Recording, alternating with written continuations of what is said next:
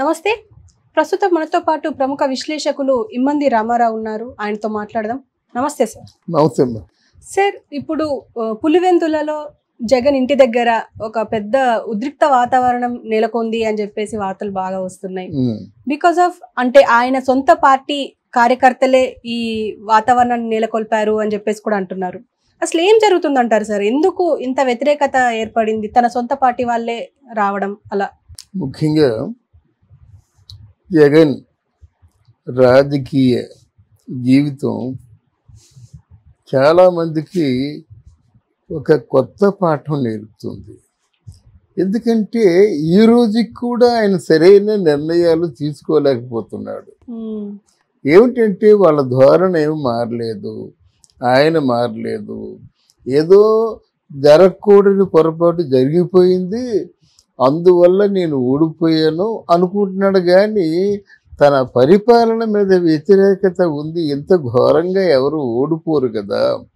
తర్వాత ఆయన ఇంకో మాట అంటున్నాడు, 2029లో తెలుగుదేశం కూటమికి కనీసం 10 దాటనివ్వనని చెప్తున్నాడు. అంటే సింగిల్ డిజిట్లోనే వస్తాయి, రాకపోతే ఏదేదో అంటారన్నమాట. ఎందుకంటే అనాలోచితంగా మాట్లాడే వాళ్ళు ఆలోచించరు కదా, ఆలోచించని దాన్నే అనాలోచితంగా అంటారు. అసలు ముందు ఎందుకు ఓడిపోయాం, ఈవీఎం తీసి పక్కన పెట్టండి, వెంటనే ప్రజలు కూడా ప్రశ్నిస్తారు. మరి అంతకుముందు 2019లో నువ్వు ఈవీఎంల వల్లే గెలిచావని అంటారు కదా.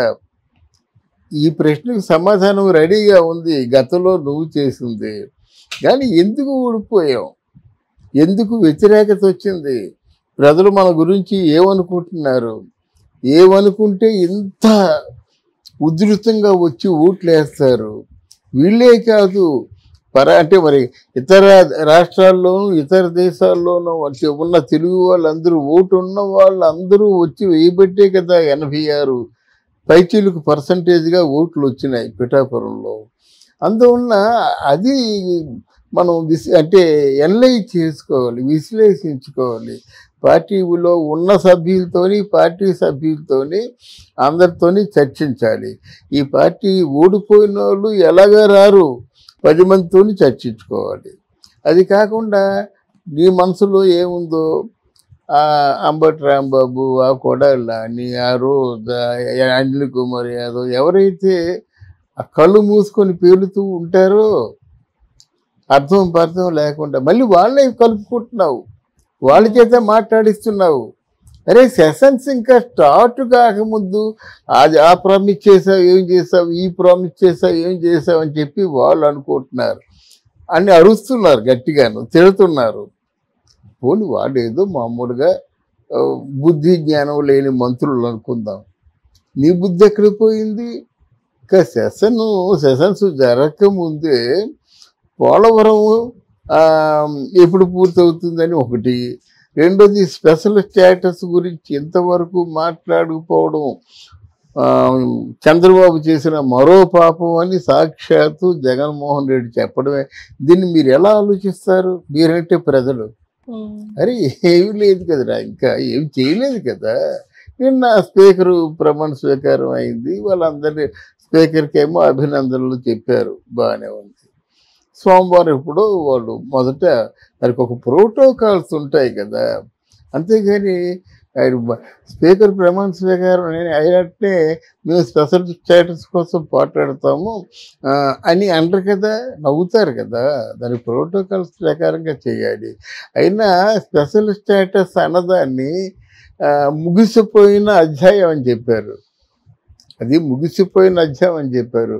అందువల్ల మళ్ళీ నువ్వు ఎలా అడుగుతావు? నువ్వు స్పెషల్ స్టేటస్ అడగాలంటే ముందు నిధులు తెచ్చుకోవాలి. ఈ నెలలో ఎక్స్పెండిచర్ని మీట్ అవ్వాలి వాళ్ళు. ఈ నెలలో ఎక్స్పెండిచర్ అలా కళ్ళు మూసుకుంటే 1వ తారీఖు వచ్చేస్తుంది. మీరు ఎలాగైతే చెప్పారో కళ్ళు మూసుకుంటే 5 సంవత్సరాలు గడిచిపోయాని, కళ్ళు మూసుకుంటే 5 సంవత్సరాలే గడిచిపోయి ఒక మాసం గడవదా? మాసం అంటే గవర్నమెంట్కి ఎలా ఉంటుందో తెలిసినా మొత్తం ఇవన్నీ మీట్ అవ్వాలి, శాలరీస్ మీట్ అవ్వాలి, అన్నీ మీట్ అవ్వాలి కదా. అయినా ఖర్చు అంతా మనం పెట్టుకో, ఇన్వెస్ట్మెంట్ ఎంతైతే గవర్నమెంట్కి ఉంటుందో అంతా ఫుల్గా పెట్టుకోవాలి. మా దగ్గర డబ్బులు లేవని ఒక రోజు లేట్ చేస్తే గౌరవ చేస్తారన్నమాట, మాకు ఇంకా జీతాలు రాలేదని. ప్రతిపక్షం అని అంటారన్నమాట, జీతాలు ఇచ్చుకోలేని స్టేజ్లో మీరు ఉన్నారని అంటారు. ఇవన్నీ గొడవలు ఉంటాయి కదా. ఈ గొడవల మధ్య నువ్వేమో స్పెషల్ స్టేటస్ ఎప్పుడు చేస్తావో చెప్పు అంటే వీళ్ళు ఏం సమాధానం చెప్తారు. ఈ ఉపోద్ఘాతం ఎందుకు చెప్పానంటే, పులివెందుల్లో వాళ్ళ పార్టీ వాళ్ళే తిరగబడ్డారు. అసలు పులివెందుల్లో నీ నేపథ్యం ఏమిటి? నీ చెల్లి షర్మిల, ఇంకొక చెల్లి సునీత, వీళ్ళిద్దరూ నిన్ను తిట్టకుండా తిట్టారు. ఫయానా నీ తల్లే మా షర్మిలమ్మకి ఓటేయండి అని చెప్పింది. ఇది నీ నేపథ్యం ప్రస్తుతాన్ని పులివెందుల్లో. అందరూ వీడెక్కిపోయి ఉన్నారన్నమాట. నువ్వు పులివెందుల బిడ్డవేనా? అక్కడ అందరూ ప్రేమిస్తున్నది బీటెక్ రవిని, తెలుగుదేశం పార్టీ. ఓడిపోయినప్పుడు కూడా ఆయన పెద్ద ఆఫీసు అంతా సక్రమంగా అంటే జన ప్రజా దర్బార్లు ఇవన్నీ మెయింటైన్ చేసుకుంటూ పులివెందులని నమ్ముకొని ఉన్నాడు.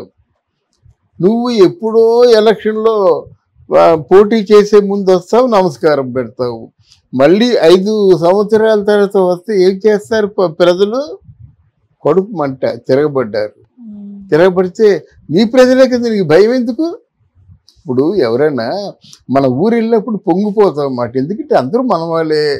అదే ఆ జ్ఞాపకాలు ఇవన్నీ చూసి అసలు ఎవరైనా ఎందుకు మనకి ఆ ఊర్లో పుట్టి పెరిగినప్పుడు.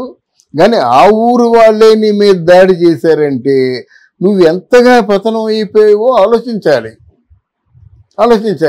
నీ వ్యక్తిగత సిబ్బంది చేత 30 మంది ప్రొటెక్షన్ పెట్టుకున్నావు. వాళ్ళు ఏం చేస్తారు? మాట వినకపోతే లాఠీ చార్జ్ చేస్తారు, కొడతారు, బౌన్సర్లు అయితే గుద్దుతారు. అయితే నువ్వు చంపేదేవరిని? నీ ప్రజలే కదా. అందువల్ల నువ్వు చేసిన పనులు నీ సొంత గడ్డ మీదే తిరుగుబాటు చేయించేలా చేశాయి. ఈ తలకాయ నొప్పులన్నీ మానేసి ఈ నువ్వు చెబుతున్న మాటలు కానీ, మీ మంత్రులు చెప్తున్న మాటలు కానీ మానేసి అసలు ఎలాగా ప్రజా సమస్యల్ని పరిష్కరించాలన్నది ఆలోచించుకుంటే బాగుంటుంది. లేకపోతే తగిన మూల్యం చెల్లించుకోవాల్సి ఉంటుంది. ఇది అంతం కాదు, ఆరంభం మాత్రమే. నెలలో ఎక్స్పెండిచర్ అలా కళ్ళు మూసుకుంటే 1వ తారీఖు వచ్చేస్తుంది. మీరు ఎలాగైతే చెప్పారో కళ్ళు మూసుకుంటే 5 సంవత్సరాలు గడిచిపోయాని, కళ్ళు మూసుకుంటే 5 సంవత్సరాలే గడిచిపోయి ఒక మాసం గడవదా? మాసం అంటే గవర్నమెంట్కి ఎలా ఉంటుందో తెలిసినా మొత్తం ఇవన్నీ మీట్ అవ్వాలి, శాలరీస్ మీట్ అవ్వాలి, అన్నీ మీట్ అవ్వాలి కదా. అయినా ఖర్చు అంతా మనం పెట్టుకో, ఇన్వెస్ట్మెంట్ ఎంతైతే గవర్నమెంట్కి ఉంటుందో అంతా ఫుల్గా పెట్టుకోవాలి. మా దగ్గర డబ్బులు లేవని ఒక రోజు లేట్ చేస్తే గౌరవ చేస్తారన్నమాట, మాకు ఇంకా జీతాలు రాలేదని. ప్రతిపక్షం అని అంటారన్నమాట, జీతాలు ఇచ్చుకోలేని స్టేజ్లో మీరు ఉన్నారని అంటారు. ఇవన్నీ గొడవలు ఉంటాయి కదా. ఈ గొడవల మధ్య నువ్వేమో స్పెషల్ స్టేటస్ ఎప్పుడు చేస్తావో చెప్పు అంటే వీళ్ళు ఏం సమాధానం చెప్తారు. ఈ ఉపోద్ఘాతం ఎందుకు చెప్పానంటే, పులివెందుల్లో వాళ్ళ పార్టీ వాళ్ళే తిరగబడ్డారు. అసలు పులివెందుల్లో నీ నేపథ్యం ఏమిటి? నీ చెల్లి షర్మిల, ఇంకొక చెల్లి సునీత, వీళ్ళిద్దరూ నిన్ను తిట్టకుండా తిట్టారు. ఫయానా నీ తల్లే మా షర్మిలమ్మకి ఓటేయండి అని చెప్పింది. ఇది నీ నేపథ్యం ప్రస్తుతాన్ని పులివెందుల్లో. అందరూ వీడెక్కిపోయి ఉన్నారన్నమాట. నువ్వు పులివెందుల బిడ్డవేనా? అక్కడ అందరూ ప్రేమిస్తున్నది బీటెక్ రవిని.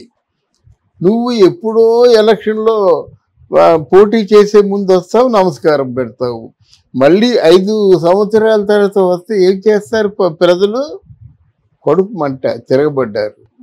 తిరగబడితే నీ ప్రజలే కదా, నీకు భయం ఎందుకు? ఇప్పుడు ఎవరైనా మన ఊరు వెళ్ళినప్పుడు పొంగిపోతాం అన్నమాట. ఎందుకంటే అందరూ మన వాళ్ళే. అదే ఆ జ్ఞాపకాలు ఇవన్నీ చూసి అసలు ఎవరైనా ఎందుకు మనకి ఆ ఊర్లో పుట్టి పెరిగినప్పుడు. కానీ ఆ ఊరు వాళ్ళే నీ మీద దాడి చేశారంటే నువ్వు ఎంతగా పతనం అయిపోయావో ఆలోచించాలి. నీ వ్యక్తిగత సిబ్బంది చేత 30 మంది ప్రొటెక్షన్ పెట్టుకున్నావు. వాళ్ళు ఏం చేస్తారు? మాట వినకపోతే లాఠీ చార్జ్ చేస్తారు, కొడతారు, బౌన్సర్లు అయితే గుద్దుతారు. అయితే నువ్వు చంపేదేవరిని? నీ ప్రజలే కదా. అందువల్ల నువ్వు చేసిన పనులు నీ సొంత గడ్డ మీదే తిరుగుబాటు చేయించేలా చేశాయి. ఈ తలకాయ నొప్పులన్నీ మానేసి ఈ ఈ నువ్వు చెప్తున్న మాటలు కానీ మీ మంత్రులు చెప్తున్న మాటలు కానీ మానేసి అసలు ఎలాగా ప్రజా సమస్యల్ని పరిష్కరించాలన్నది ఆలోచించుకుంటే బాగుంటుంది. లేకపోతే తగిన మూల్యం చెల్లించుకోవాల్సి ఉంటుంది. ఇది అంతం కాదు, ఆరంభం మాత్రమే. Okay sir, thank you thank you very much.